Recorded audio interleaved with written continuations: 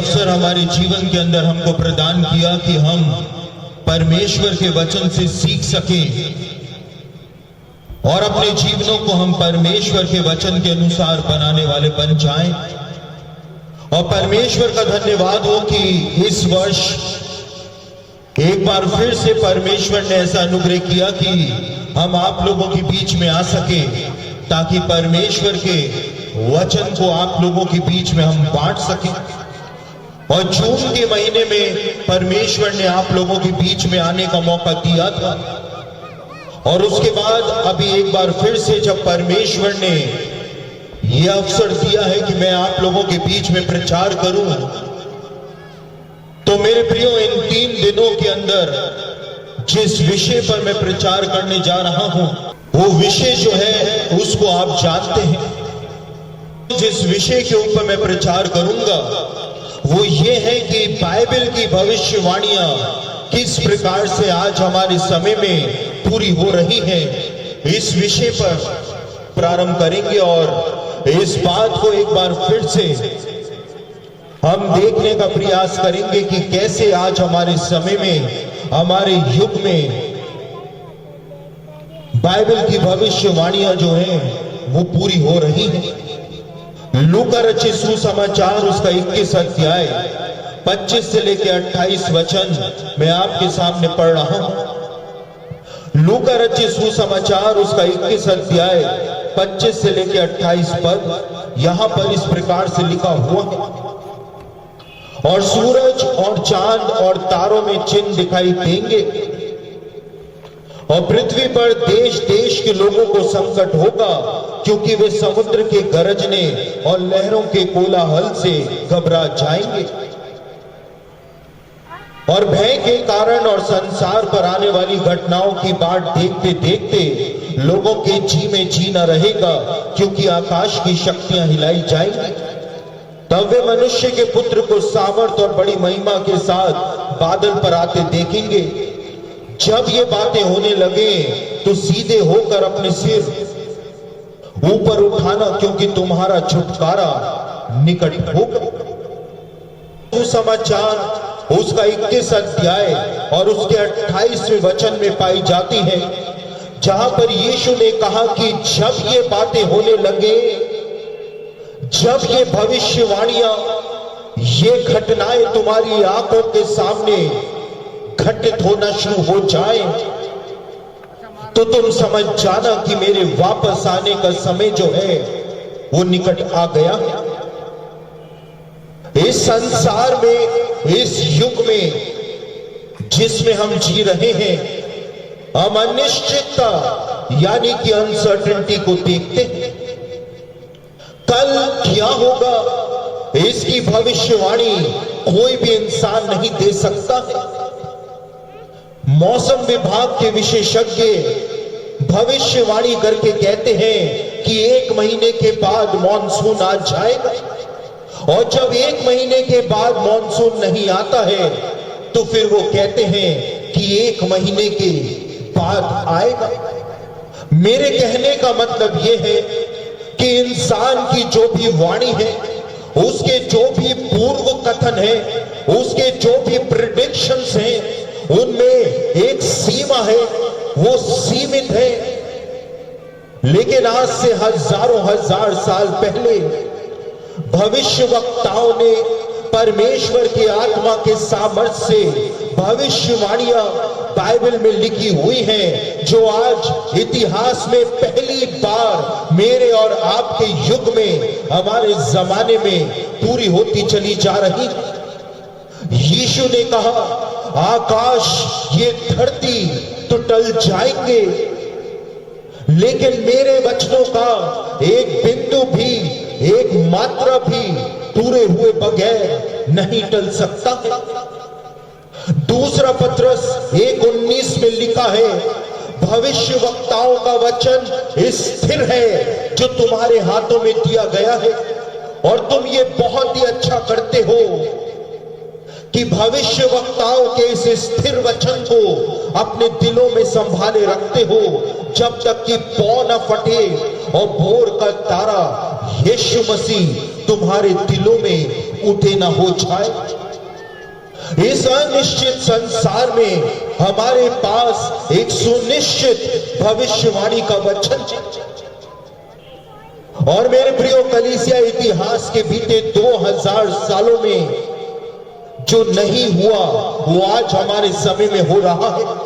कलीसिया इतिहास में पहली बार बाइबल की भविष्यवाणियां इस प्रकार से पूरी होती चली जा रही हैं जिसके बारे में आप अंदाजा भी नहीं लगा सकते। और यीशु ने अपने शिष्यों से पहले ही बोल दिया था। यीशु ने इस बात को अपने शिष्यों के सामने रख दिया था और यीशु ने बोल दिया था कि जब ये बातें होने लगे तो तुम सचेत और गंभीर हो जाना, तुम प्रार्थना करने में लग जाना, प्रार्थना में अपने सिर ऊपर की ओर उठा लेना, क्योंकि तुम्हारे छुटकारे का दिन जो है, कलीसिया के अनंत छुटकारे का दिन जो है, वो तुमको सामने दिखाई देना शुरू हो जाएगा। पहली बार कलीसिया इतिहास में आज बाइबल की भविष्यवाणियां पूरी हो रही हैं। और मेरे प्रियो, आज वो समय कलीसिया के सामने आ गया है कि या तो हम अपने जीवन को यीशु के लिए, परमेश्वर के राज्य के लिए तैयार कर सकते हैं, और या फिर हम इन सब बातों को दरकिनार कर सकते हैं। बाइबल की भविष्यवाणियां केवल इसलिए मसीही लोगों को प्रदान की गई हैं ताकि हम अपने आत्मिक जीवन के विषय में जागरूक हो जाएं, और जब हमारा दूल्हा, हमारा राजा बादलों पर हमको लेने के लिए आए तो हम पीछे ना छोड़ दिए जाएं, लेकिन हम स्वर्ग पर उसके साथ उठा लिए जाएं। आज हमारे लिए तैयारी करने का समय जो है वो आ गया है, क्योंकि भविष्यवाणियां पूरी हो रही हैं। बाइबल की भविष्यवाणियां पूरी हो रही हैं। उधर यहूदी ग्रंथों में जो भविष्यवाणियां दी गई हैं वो भविष्यवाणियां पूरी हो रही हैं। और एक संकेत हमको मिल रहा है कि अब वास्तव में ही वो ऐतिहासिक समय हमारे सामने आ रहा है जब यीशु का दूसरा आगमन इस संसार में हो जाएगा। मेरे प्रियो, इराक के अंदर एक नगर पाया जाता है जिसको कफर अल कफिल के नाम से जानते हैं। और ये कफर अल कफिल नाम का जो नगर है इराक में, वो इसलिए महत्वपूर्ण है क्योंकि यहेजकेल भविष्यवक्ता का मकबरा जो है वो उस कफर अल कफिल नाम के नगर के अंदर बना हुआ है। और बाइबल के जमाने में इराक देश जो था उसको बेबीलोन के नाम से जाना जाता था। और आज का हमारे समय में जो इराक की राजधानी है बगदाद, उस बगदाद की जो सीमा है उसी में पुराने बेबीलोन नगर के अवशेष जो हैं वो पाए जाते हैं। और बाइबल में इराक देश को ही बेबीलोन के नाम से संबोधित किया गया है। और आज की तारीख में बगदाद जो है वहीं पर ही बेबीलोन नगर जो है वो पाया जाता है। और इराक देश के अंदर जब परमेश्वर ने बेबीलोन की गुलामी में यहूदियों को 70 सालों के लिए भेज दिया था, और यहेजकेल भविष्यवक्ता जो था वो भी बेबीलोन की गुलामी के अंदर गया था। और बेबीलोन की गुलामी में ही भविष्यवाणियां करने के बाद बेबीलोन के अंदर ही यहेजकेल भविष्यवक्ता की मृत्यु हो गई थी। और जब यहेजकेल की मृत्यु हो गई थी तो इराक के कफर अल कफिल नामक नगर में जहां पर यहेजकेल रहा करता था वहीं पर ही यहूदियों ने यहेजकेल को दफना दिया था। और उसका मकबरा जो है वो आज भी कफर अल कफिल में पाया जाता है। लेकिन यहूदियों का एक ग्रंथ है जिसको तालमूद के नाम से जाना जाता है। और यहूदियों के उस ग्रंथ के अंदर इस बात को बताया गया है कि जब भी यहूदी लोग किसी भविष्यवक्ता को दफनाया करते थे तो उस भविष्यवक्ता के हाथ से लिखी हुई उसकी भविष्यवाणी की पुस्तक को भी उसकी कब्र में उसके साथ दफना दिया करते थे। और तालमूद जो है इस बात को बताती है कि जब यहेजकेल भविष्यवक्ता को कफर अल कफिल के अंदर दफनाया जा रहा था, तो यहेजकेल के हाथ से लिखी हुई उसकी भविष्यवाणी की किताब जो थी वो उसके साथ उसके मकबरे में दफन कर दी गई थी। लेकिन साथ ही साथ यहूदियों का वो 3500 साल पुराना ग्रंथ जो है, परंपराएं जो हैं, वो यहूदी परंपराएं जो मूसा के जमाने से चलती चली आ रही हैं, और जब यहेजकेल की मृत्यु हो गई, यहेजकेल को दफना दिया गया उसके मकबरे में, तो यहूदियों का वो प्राचीन ग्रंथ जो है एक भविष्यवाणी यहूदियों को प्रदान करता है। और यहूदियों के उस प्राचीन ग्रंथ तालमूद के अंदर 2500 साल पहले से ही एक भविष्यवाणी जो है वो दर्ज हो रखी है। और तालमूद में लिखा हुआ है कि जिस दिन यहेजकेल भविष्यवक्ता के मकबरे में उसी के हाथ से लिखी हुई उसकी भविष्यवाणी की पुस्तक वापस मिल जाए, तो तुम इस बात को समझ जाना कि मसीह जो है वो इस संसार में बस प्रकट होने जा रहा है। और 2500 सालों से यहूदियों ने यहेजकेल के मकबरे के अंदर यहेजकेल की पुस्तक प्राप्त होने की बाट जो ही है। और यहेजकेल का मकबरा जो है वहां पर यहूदी लोग भी जाते हैं, वहां पे मुस्लिम लोग भी जाते हैं, क्योंकि यहेजकेल एक बहुत ही सामर्थी भविष्यवक्ता हुआ करता था। और आज से कुछ साल पहले जब कुछ मुस्लिम लोग इराक के उस कफर अल कफिल में बने हुए यहेजकेल के मकबरे में गए, तो यहेजकेल का मकबरा जो है वो पूरा मार्बल की टाइल्स से बना हुआ है, और पूरी दीवारों पर मार्बल के टाइल्स जो है वो चिपके हुए हैं। और जब कुछ मुस्लिम लोग अंदर गए तो उन्होंने देखा कि दीवार के ऊपर जो मार्बल की टाइल लगी हुई थी वो दीवार से निकल करके फर्श पर पड़ी हुई थी। और जब उन्होंने उस टाइल को उठा करके अपने हाथ में लिया तो वो टाइल का वो हिस्सा जो दीवार के अंदर चिपका हुआ था, उस हिस्से पर कुछ लिखा हुआ था। और जब पुरातत्व शास्त्रियों को बुलाया गया, आर्कियोलॉजिस्ट को जब बुलाया गया, और आर्कियोलॉजिस्ट ने आकर के जब उस टाइल को देखा तो उस टाइल के वो हिस्सा जो दीवार के अंदर चिपका हुआ था, उस पर हिब्रू भाषा में यहेजकेल की पुस्तक का एक सेक्शन लिखा हुआ था।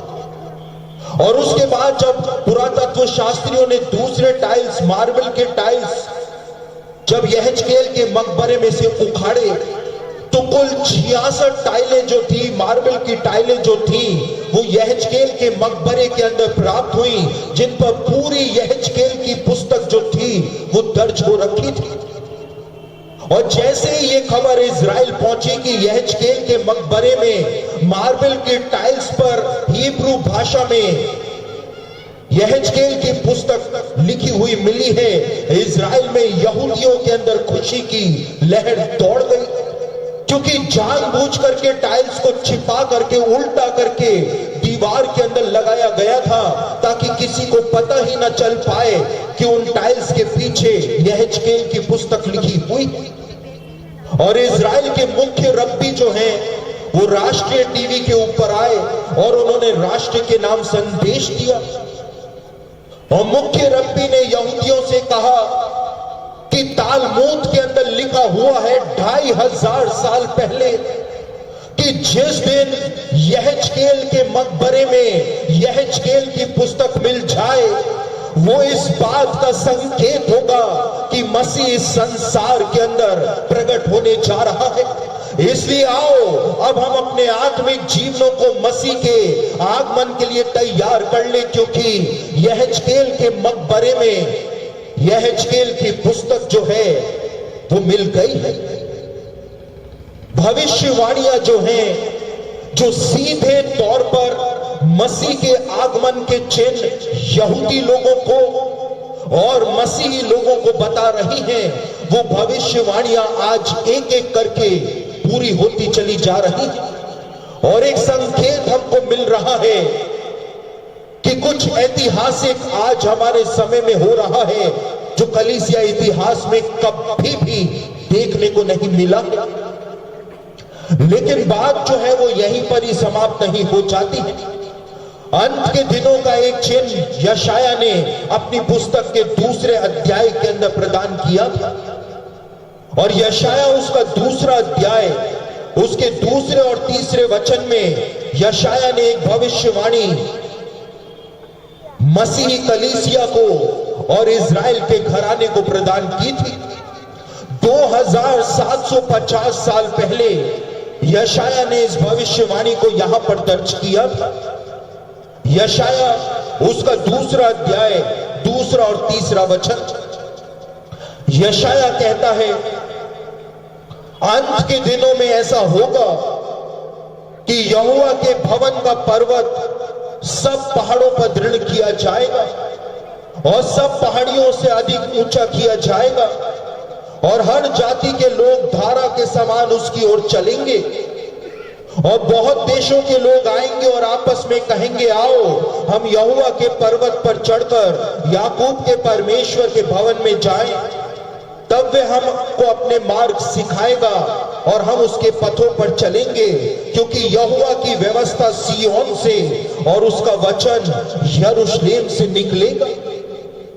2750 साल पहले यशाया ने कहा, अंत के दिनों में ऐसा होगा।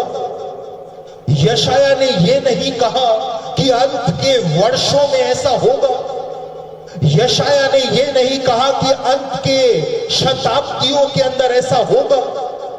लेकिन यशाया ने कहा तो बहुत ही स्पष्ट शब्दों के अंदर कहा कि अंत के दिनों में ऐसा होगा कि यहोवा की व्यवस्था सिय्योन से और उसका वचन यरूशलेम से पूरी दुनिया के लिए निकला करेगा। अंत के दिनों में ऐसा हो जाएगा, यशाया ने कहा, कि यहोवा की व्यवस्था सिय्योन से और उसका वचन यरूशलेम से निकलेगा। लेकिन मेरे प्रियो, समस्या यह है कि आज पूरी दुनिया में परमेश्वर के वचन का प्रचार जो है वो अमेरिका के द्वारा किया जा रहा है, और ये अमेरिकी प्रचारक जो है वो पूरी दुनिया के अंदर अलग अलग माध्यमों से परमेश्वर का वचन पहुंचा रहे हैं। और साथ ही साथ पूरी दुनिया के अंदर जितने भी क्रिश्चियन टेलीविजन नेटवर्क पाए जाते हैं, जो दुनिया के कोने कोने तक यहोवा के वचन को लेकर जा रहे हैं, सुसमाचार को लेकर के जा रहे हैं, वो सारे क्रिश्चियन टेलीविजन नेटवर्क जो हैं वो भी अमेरिका के ही नेटवर्क है। और दुनिया का सबसे बड़ा क्रिश्चियन टेलीविजन नेटवर्क जो है वो गॉड टीवी को माना जाता है, जो दुनिया के कोने कोने तक परमेश्वर के वचन को आज पहुंचा रहा है। जहां पर सूरज की रोशनी नहीं पहुंच सकती है, वहां पर भी गॉड टीवी जो है आज परमेश्वर के वचन को लेकर के जा रहा है। और एक और अमेरिकी चैनल है, क्रिश्चियन टेलीविजन नेटवर्क है, जिसको डे स्टार के नाम से जाना जाता है। और ये डे स्टार नेटवर्क भी पूरी दुनिया में यहोवा के वचन का प्रचार कर रहा है। एक और क्रिश्चियन टेलीविजन नेटवर्क है जिसको ट्रिनिटी ब्रॉडकास्टिंग नेटवर्क यानी कि TBN के नाम से जाना जाता है, और ये भी पूरी दुनिया में आज परमेश्वर के वचन का प्रचार कर रहा है।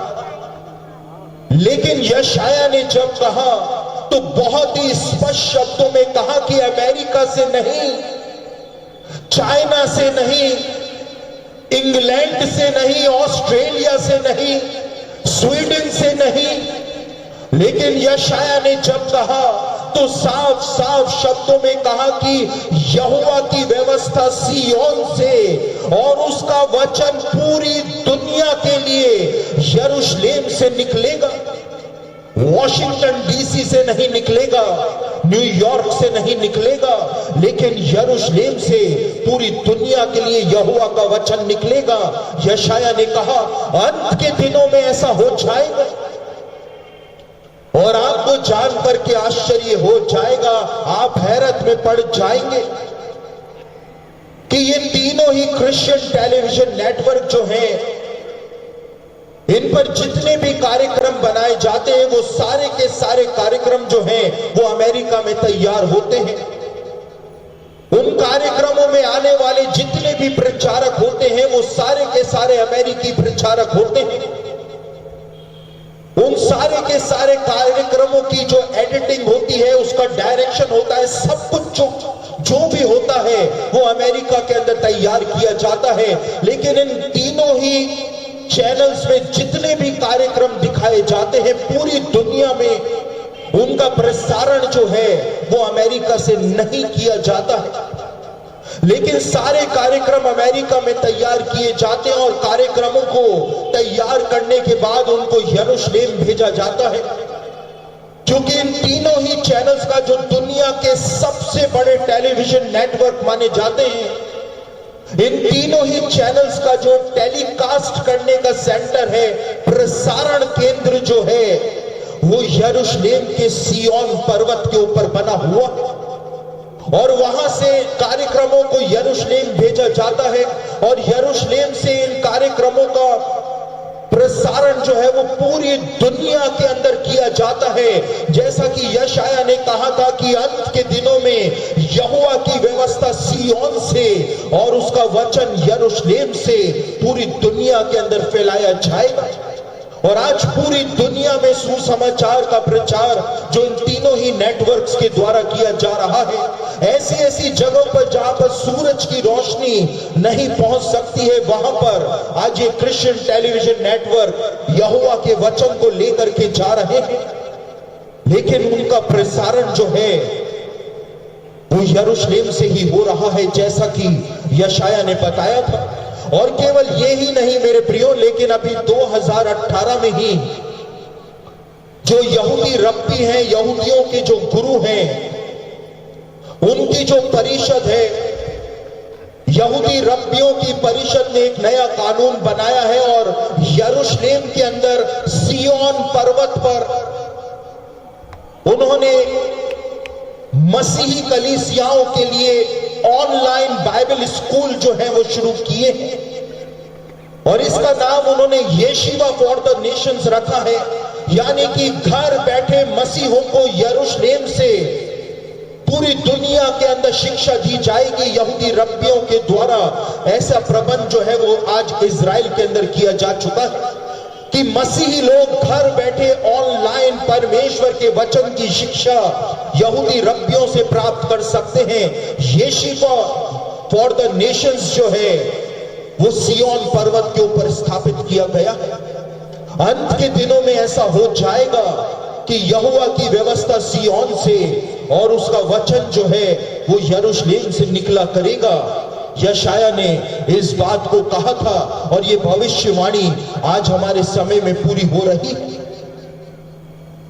यशाया ने कहा था अंत के दिनों में ऐसा होगा और आज जब ऐसा हो रहा है, इसका साफ संकेत है कि हम अंत के दिनों में अपने जीवन को आज व्यतीत कर रहे हैं। दानिएल भविष्यवक्ता की पुस्तक, उसका 9वां अध्याय, उसका 24वां वचन। और मेरे प्रियो, आप लोग इस तरह से मायूस और खामोश होकर के यहां पर ना बैठे, क्योंकि आप लोग तो बिल्कुल सन्नाटे के अंदर यहां पर बैठे हुए हैं। आप थोड़ा वचन के प्रति रिस्पॉन्स भी करें। और मैं अक्सर इस बात को कहता हूं कि जब परमेश्वर ने आदम को मिट्टी में से बनाया, उसको रचा, तो परमेश्वर ने आदम को एक स्टैच्यू बना करके, एक मूर्त बना करके उसको अदन की वाटिका में नहीं सजाया था, लेकिन परमेश्वर ने आदम के नथनों में जीवन का श्वास फूंक दिया था ताकि आदम जो है वो अदन की वाटिका के अंदर हल्ला गुल्ला करता फिरे। और मैं अक्सर इस बात को कहता हूं कि एक ही ऐसा स्थान है जहां पे मसीही लोग हल्ला गुल्ला नहीं करते हैं और वो स्थान कब्रिस्तान है। लेकिन हम तो स्वर्गीय स्थान के वारिस हैं, तो कितना अधिक जोश और कितना अधिक आनंद हमको अपने अंदर रखना चाहिए। और जब हम इस बात को जान रहे हैं, समझ रहे हैं कि यीशु वापस आने वाला है, तो कितना हमको अब आनंदित हो जाना चाहिए। तो मूर्त बन करके ना बैठ जाएं, लेकिन वचन के प्रति हम रिस्पॉन्स भी करें, ताकि आसपास जो लोग रहते हैं उनको भी समझ में आ जाए कि कुछ मसीही लोग यहाँ पर इकट्ठा हुए हैं और वे भी जोश में आकर के तालियां बजा देते हैं। तो दानिएल भविष्यवक्ता की पुस्तक उसका 9वां अध्याय उसके 24वें वचन को आपके सामने पढ़ रहा हूं।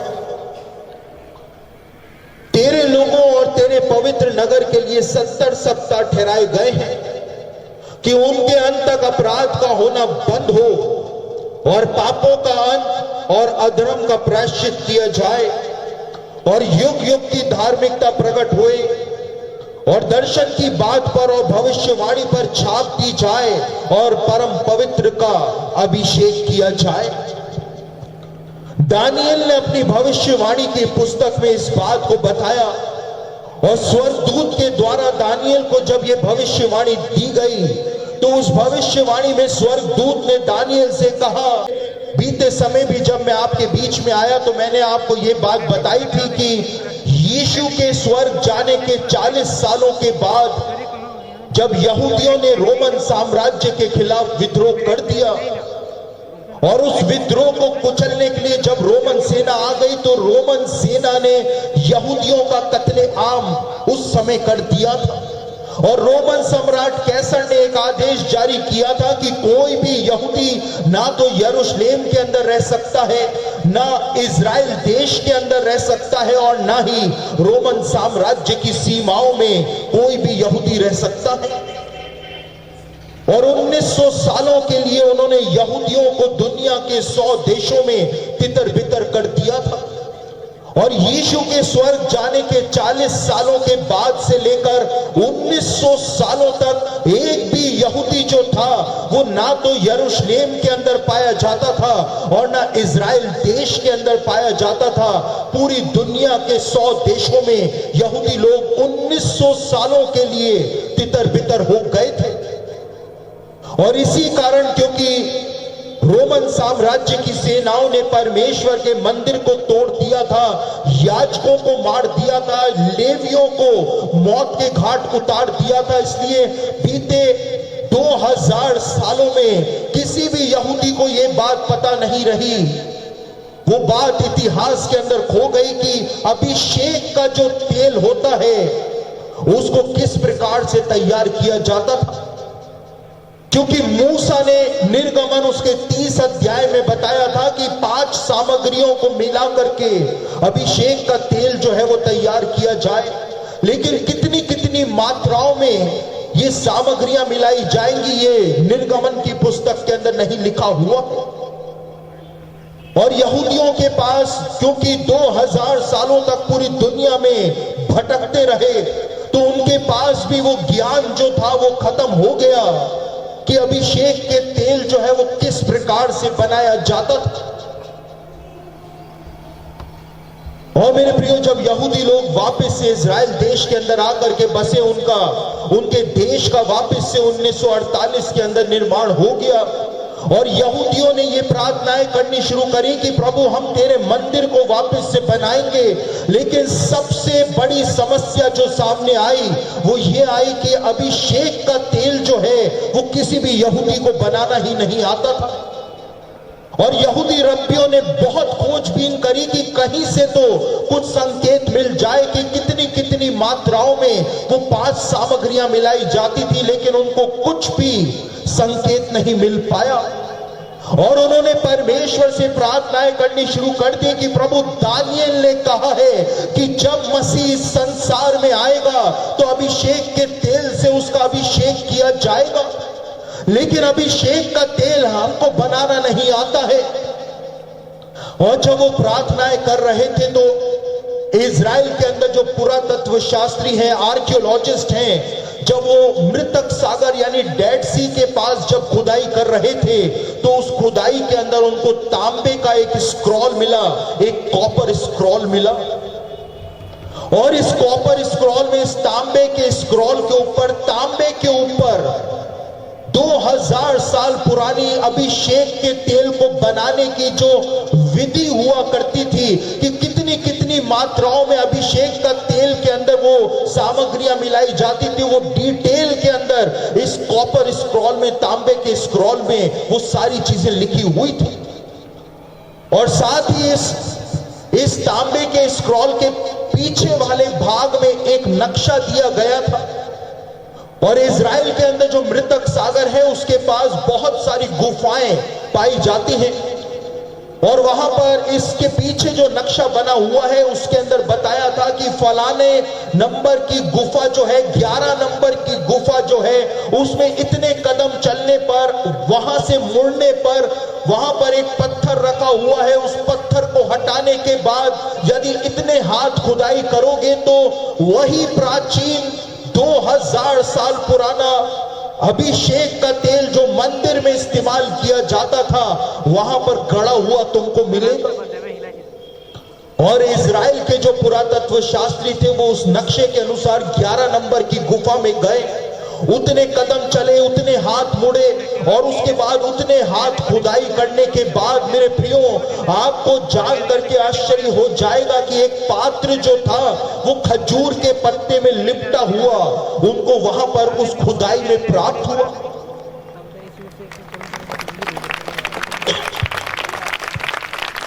और उसके बाद वो इस पात्र को लेकर के आर्कियोलॉजिस्ट जो थे वो हिब्रू यूनिवर्सिटी का जो फार्मान्यूटिकल्स डिपार्टमेंट है उसको ये पात्र सौंप दिया।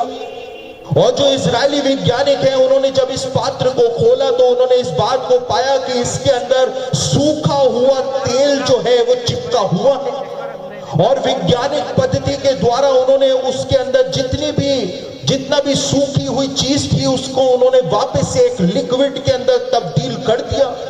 और इजरायली वैज्ञानिकों ने बताया कि यह एक प्रकार का तेल है जो 2000 साल पुराना है, और ये 5 सामग्रियों को मिला करके इस तेल को बनाया गया था। लेकिन यहूदियों का जो ग्रंथ है तालमुद, उसमें अभिषेक के तेल की एक पहचान बताई गई है, और यहूदियों का जो ग्रंथ है तालमुद उसमें बताया गया है कि अभिषेक के तेल की एक बूंद यदि एक मटके, पानी से भरे मटके के अंदर भी यदि अभिषेक के तेल की एक बूंद डाल दी जाती थी तो पूरा मटके में भरा हुआ पानी जो था वो दूध या सफेद हो जाया करता था। और उसके बाद वैज्ञानिकों ने तालमुद की उसी बात के द्वारा उस तेल का परीक्षण किया। वो तेल जो उन्होंने वापस से बनाया, उसके बाद उसकी एक बूंद एक बाल्टी भर पानी में उन्होंने डाल करके देखी और पूरा बाल्टी का पानी जो था वो दूध या सफेद हो गया था। और इजरायली वैज्ञानिकों ने इस बात की घोषणा कर दी कि ये 2000 साल पुराना अभिषेक का तेल है जो 5 सामग्रियों को मिला करके तैयार किया गया था।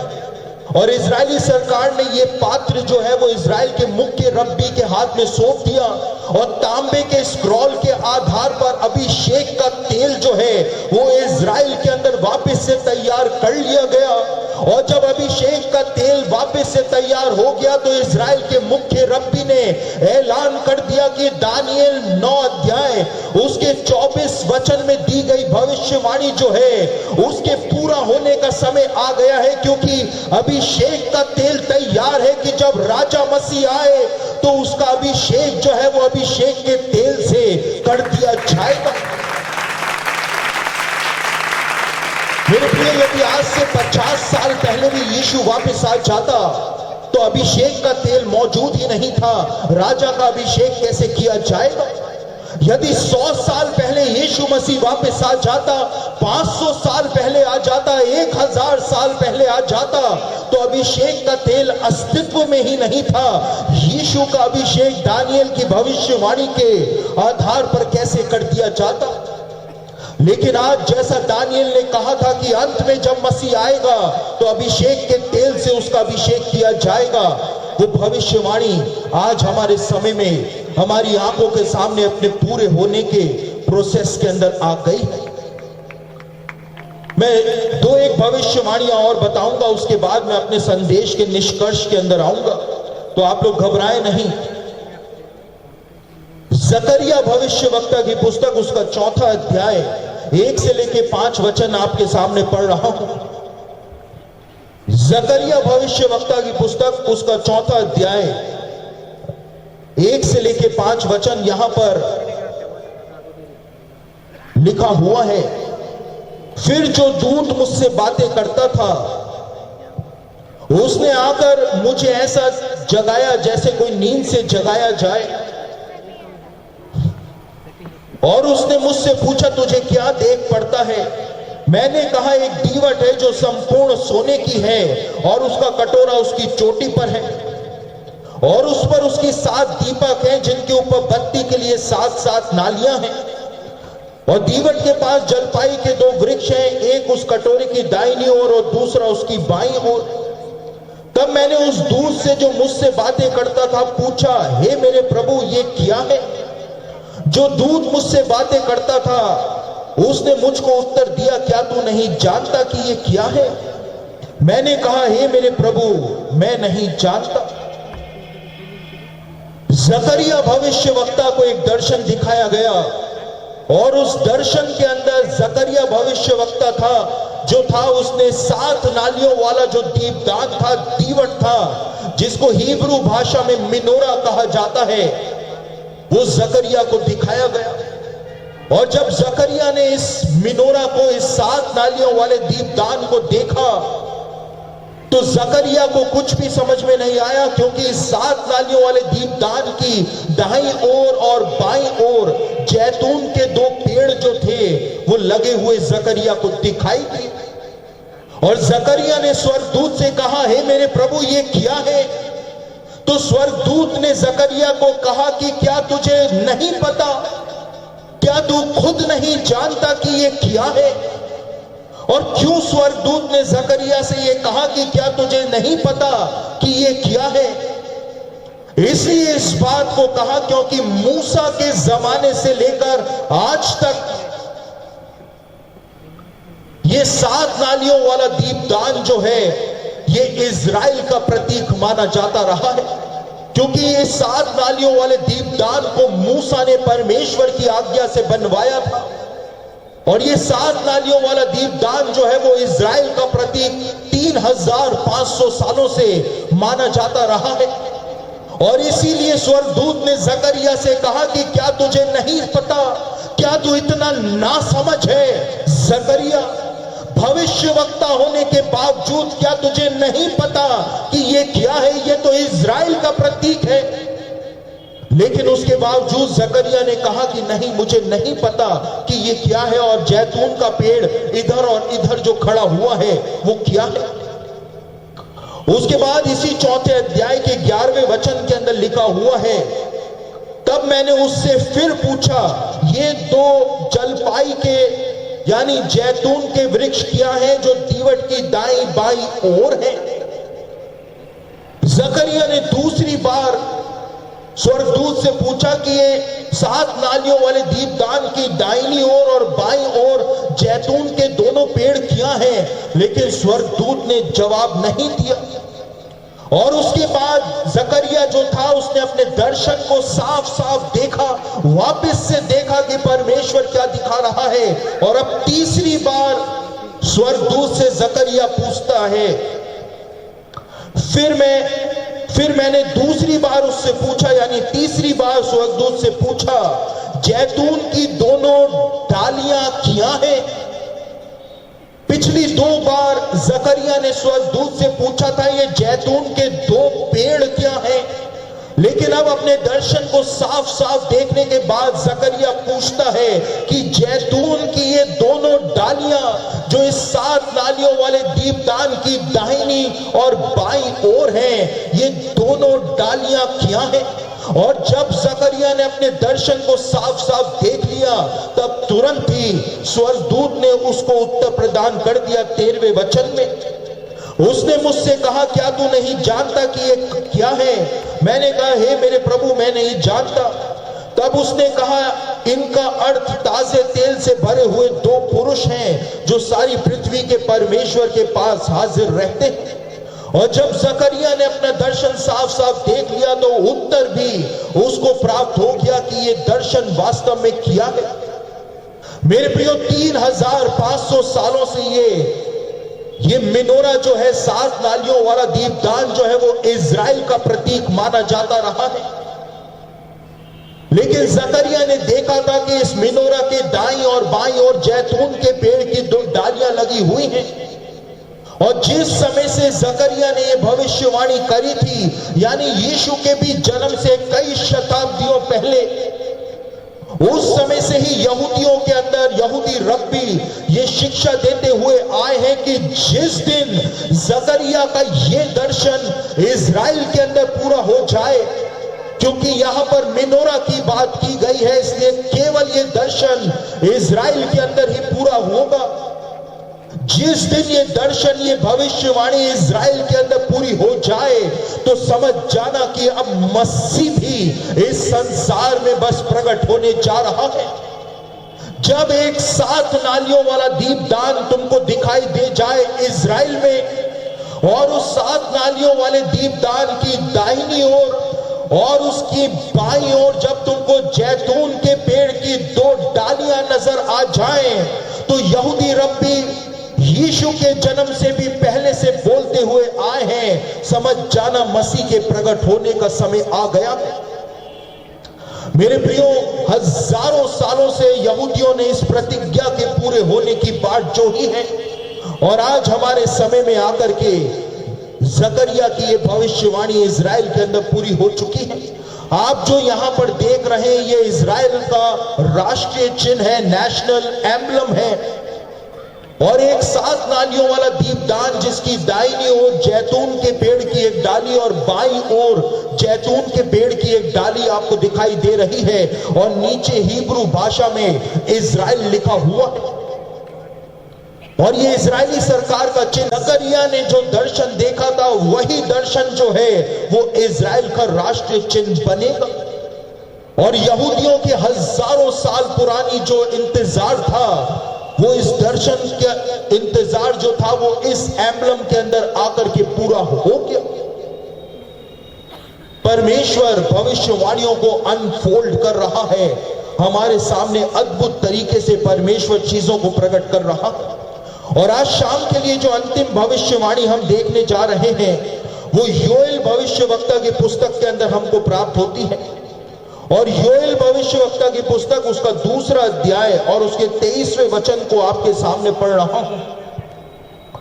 योएल भविष्यवक्ता की पुस्तक, उसका 2रा अध्याय, उसका 23वां वचन, यहां पर इस प्रकार से लिखा हुआ है, हे सियोनियों, तुम अपने परमेश्वर यहोवा के कारण मगन हो और आनंद करो, क्योंकि तुम्हारे लिए वह वर्षा अर्थात बरसात की पहली वर्षा बहुतायत से देगा, और पहले के समान अगली और पिछली वर्षा को भी बरसाएगा। परमेश्वर ने यहां पर एक भविष्यवाणी दी, और परमेश्वर कहता है कि हे सियोनियों, हे यहूदियों, तुम अपने परमेश्वर यहोवा के कारण आनंदित हो, क्योंकि तुम्हारा परमेश्वर तुमको वर्षा की दोनों ऋतुएं जो हैं वो बहुतायत से दिया करेगा। पहली वर्षा और पिछली वर्षा दिया करेगा, फॉर्मर रेन और लैटर रेन दिया करेगा। और मेरे प्रियो, प्राचीन काल से लेकर आज तक इजराइल के अंदर वर्षा की 2 ऋतुएं जो हैं वो होती हुई आई हैं, जिसको पहली और पिछली वर्षा कहा जाता है। और ये पहली और पिछली वर्षा क्या होती है? जब इजराइल के अंदर मूसलाधार बारिश होती है तो उसको पहली वर्षा कहा जाता है। और जब इजराइल के अंदर अलग अलग क्षेत्रों में रिमझिम रिमझिम बारिश होती है तो उसको पिछली वर्षा कहा जाता है, लैटर रेन कहा जाता है। और यहां पर योएल ने भविष्यवाणी करी थी कि परमेश्वर यहूदियों को अपनी आशीष के तौर पर वर्षा की दोनों ऋतुएं जो है वो प्रॉपर समय के ऊपर दिया करेगा। लेकिन जैसा कि मैंने आपको बताया कि यीशु के स्वर्ग जाने के 40 सालों के बाद रोमन सेना ने यहूदियों को उनके देश से निकाल दिया था 1900 सालों के लिए।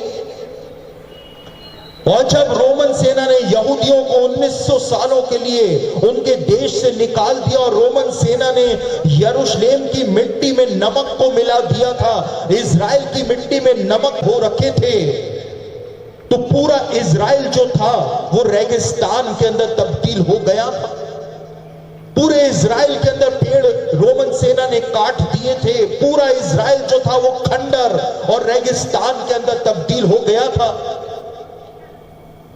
और मेरे प्रियो 2012 में इजराइल के अंदर एक रब्बी है जिनको रब्बी मनाखैम कोहेन के नाम से जाना जाता है। और ये रब्बी मनाखैम कोहेन जो है, इन्होंने 2012 में बाइबल की भविष्यवाणियों के ऊपर एक पुस्तक को लिखा और उस पुस्तक में उन्होंने दावा किया कि 1800 सालों तक, मेरी बात बहुत ध्यान से सुने, जिनको नींद आ रही है वो भी बेचारे सुन लें। रब्बी मनाखैम कोहेन जो हैं, उन्होंने इस बात को कहा कि जब यहूदी लोग 1900 सालों के लिए पूरी दुनिया में तितर बितर हो रखे थे, तो 1800 सालों तक इजराइल के अंदर बारिश ही नहीं हुई थी। पूरा इजराइल जो था वो रेगिस्तान के अंदर तब्दील हो गया था 1800 सालों तक। और जब रब्बी मनाखैम कोहेन की यह पुस्तक प्रकाशित हुई और जब इजरायली वैज्ञानिकों ने इस पुस्तक को पढ़ा, तो इजरायली वैज्ञानिकों को भी अचंभा हुआ कि रब्बी मनाखैम कोहेन ने कैसे इस बात का दावा कर दिया कि इजराइल के अंदर 1800 सालों तक वर्षा ही नहीं हुई थी। और उसके बाद जब इजराइल के जो मीटरोलॉजिकल डिपार्टमेंट है, मौसम विभाग है, उसके वैज्ञानिकों ने यरूशलेम के बाहर, यरूशलेम के आउटर में एक गुफा पाई जाती है जिसको सोरेक गुफा के नाम से जाना जाता है।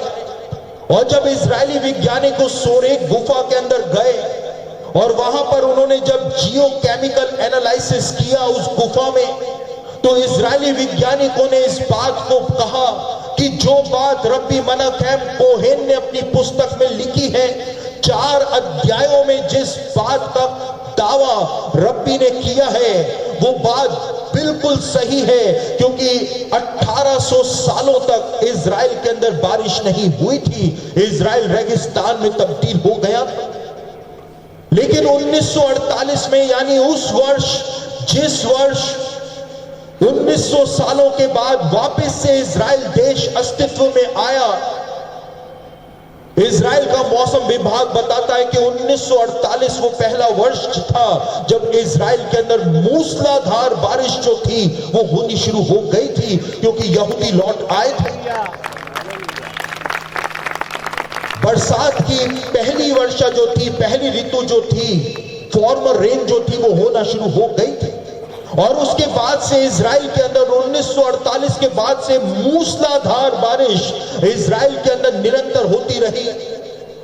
लेकिन यहूदियों के सामने, और खास तौर से यहूदी रब्बियों के सामने, जो सबसे बड़ी समस्या थी वो ये थी कि मूसलाधार बारिश तो इजराइल में हो रही थी, फॉर्मर रेन तो हो रही थी, लेकिन जो पिछली वर्षा की ऋतु थी वो इजराइल में नहीं लौट रही थी। वो रिमझिम बारिश की ऋतु जो थी वो इजराइल के अंदर नहीं लौट रही थी। और उसके बाद से ही मेरे प्रियो, 1948 के बाद से ही यहूदी रब्बियों ने योएल उसका 2 अध्याय और उसके 23वें वचन की भविष्यवाणी जो है वो यहूदियों के सामने रखनी शुरू कर दी थी। और यहूदी रब्बियों का कहना था कि जिस दिन योएल की ये भविष्यवाणी इजराइल में पूरी हो जाएगी, जब वर्षा की वो दूसरी ऋतु, पिछली वर्षा इजराइल के अंदर वापस लौट आएगी, तो ये इस बात का संकेत होगा कि जैसे वर्षा लौट आई है, ऐसे ही मसीह जो है वो इस संसार के अंदर आने वाला है। और 2011 में आकर के योएल की ये भविष्यवाणी जो थी वो इजराइल के अंदर पूरी हो गई।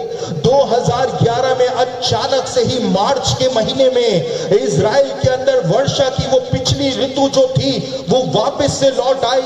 यहूदी लोग जो थे वो अपने घरों में से बाहर निकल आए और उन्होंने नरसिंगे बजाने शुरू कर दिए। इजराइल का झंडा लेकर के यहूदियों ने नाचना शुरू कर दिया, यहूदियों ने प्रार्थनाएं करनी शुरू कर दी। उधर इजराइल के अंदर जो संसद है, वहां पर इजराइल के अंदर जितने भी मंत्री हैं उन्होंने नरसिंगे बजाने शुरू कर दिए, क्योंकि योएल की भविष्यवाणी जो थी उसने मार्च 2011 में सच्चा रूप धारण कर लिया था। वर्षा की पिछली ऋतु जो थी वो वापस से लौट आई थी।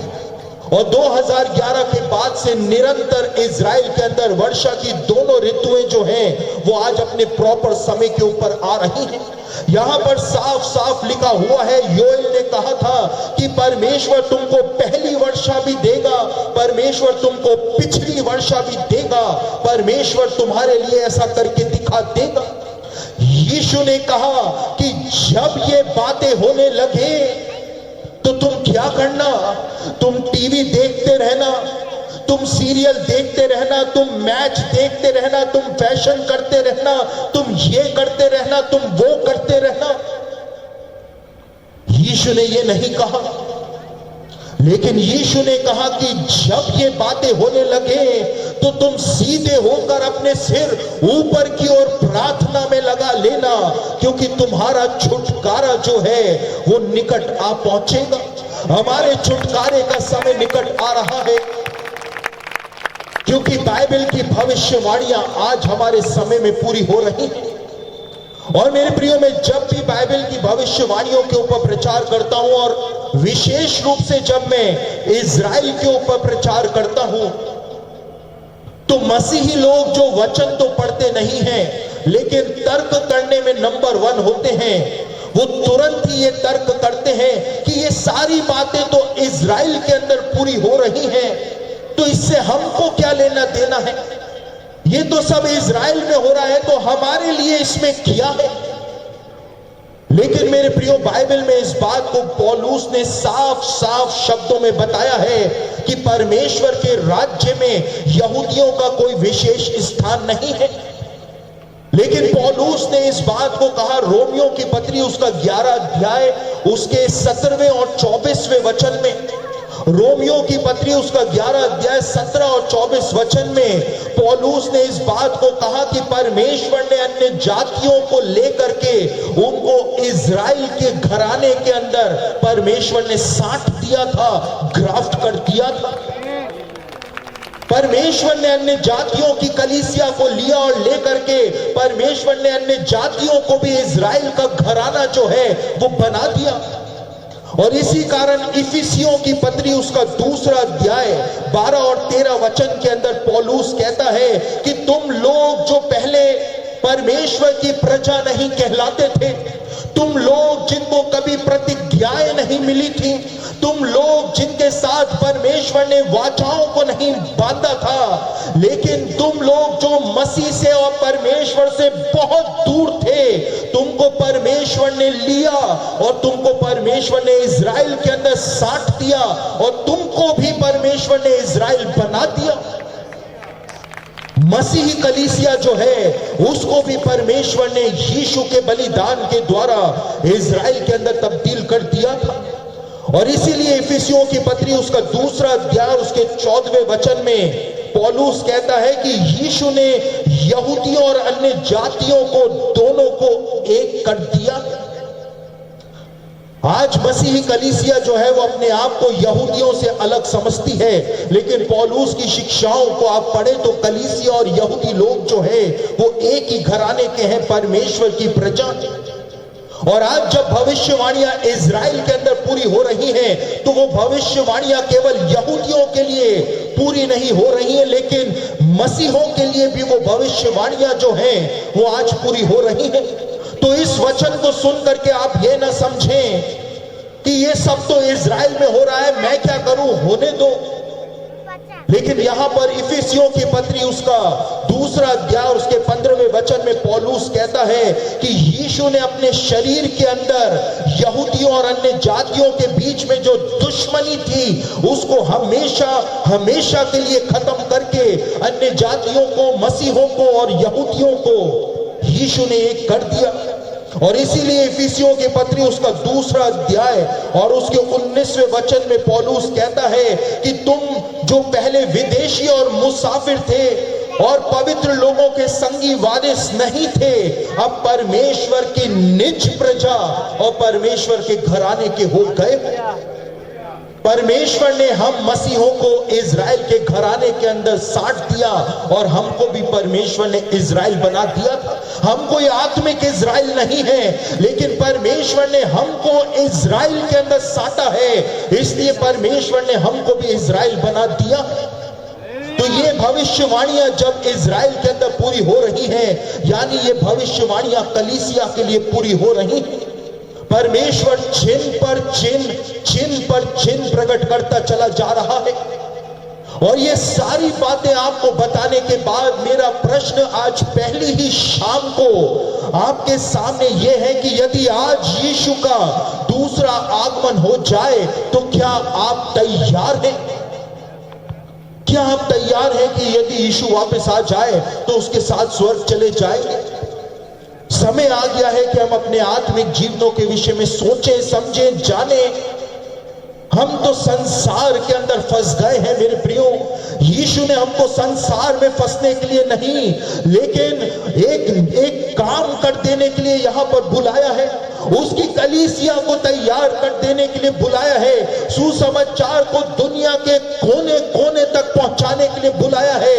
हम तो संसार में फंस गए हैं, फैशन में फंस गए हैं, हम टीवी के अंदर फंस गए हैं।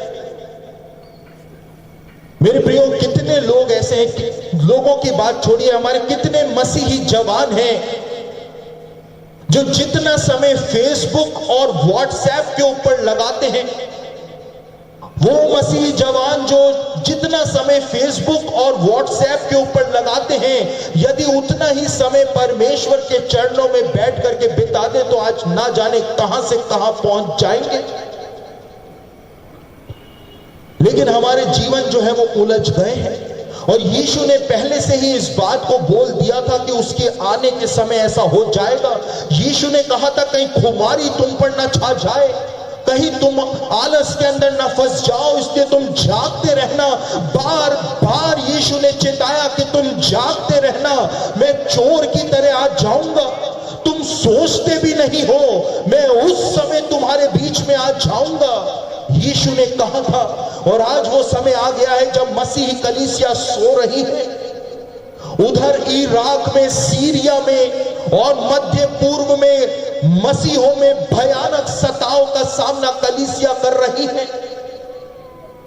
और मैं परसों के दिन आपको दिखाऊंगा वो वीडियो क्लिप की कैसे आज पूरी दुनिया के अंदर मसीहों के ऊपर भयानक सताव किया जा रहा है, जो कलीसिया इतिहास में कभी भी मसीहों ने जिसका सामना नहीं किया है। आपकी आंखों में से आंसू आ जाएंगे।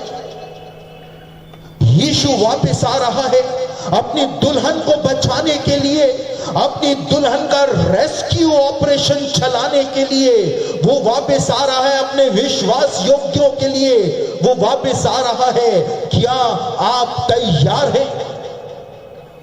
इस प्रश्न को साथ में लेकर के जाएं कि यदि आज यीशु वापस आ जाए तो क्या आप तैयार हैं? तो आइए हम लोग अपनी आंखें बंद करें, हम प्रार्थना करेंगे। आपके लोग जो आपके नाम के कहलाते हैं, इन्होंने आपके वचन को सुन लिया है। इतनी देर यहां पर बैठ करके प्रभु जी इन्होंने आपके वचन को सुना। ये आशीष के पात्र हैं प्रभु, आप इनको आशीष दें।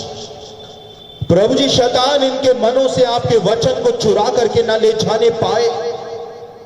आप अपनी सामर्थ को इनके जीवनों के अंदर उंडेल दे प्रभु। यहां पर जो भी आया है वो खाली हाथ ना लौटने पाए प्रभु। प्रभु जी, जो जिस पुकार को लेकर के आया है उसकी पुकार को आप सुन ले प्रभु। आपकी सामर्थ को आप उंडेल करके रख दे प्रभु। प्रभु जी, इनका जीवन बदल जाने पाए। इतना बड़ा इंतजाम जब यहां पर किया गया है, केवल इसलिए किया गया है कि आपके लोगों के जीवन जो है वो आपके आगमन के लिए तैयार हो जाए। आप इस कलीसिया को आशीष दें प्रभु। इस कलीसिया को आपने ऐसा बोझ दिया कि प्रभु जी आपके वचन को आपके लोगों के बीच में ये बंटवाए। ये बड़ी जेवनार जो इस कलीसिया के लोगों ने की है प्रभु, उसके लिए आप इस कलीसिया को आशीष दें। इनके जीवन इस प्रकार की आशीषों से भर जाए कि लोग देखते ही रह जाए। प्रभु एक नई आत्मिक जागृति आप इस कलीसिया में इन लोगों के अंदर भेज दें। प्रभु अपनी महिमा को आप प्रकट कर। ये 3 दिन की आत्मिक जागृति सभा एक नया इतिहास इस शहर के अंदर रच करके दिखा दे। मैं आपके लोगों को और इन सभाओं को आप ही के हाथों में सौंप देता हूं, यीशु मसीह के सामर्थी नाम से, आमीन।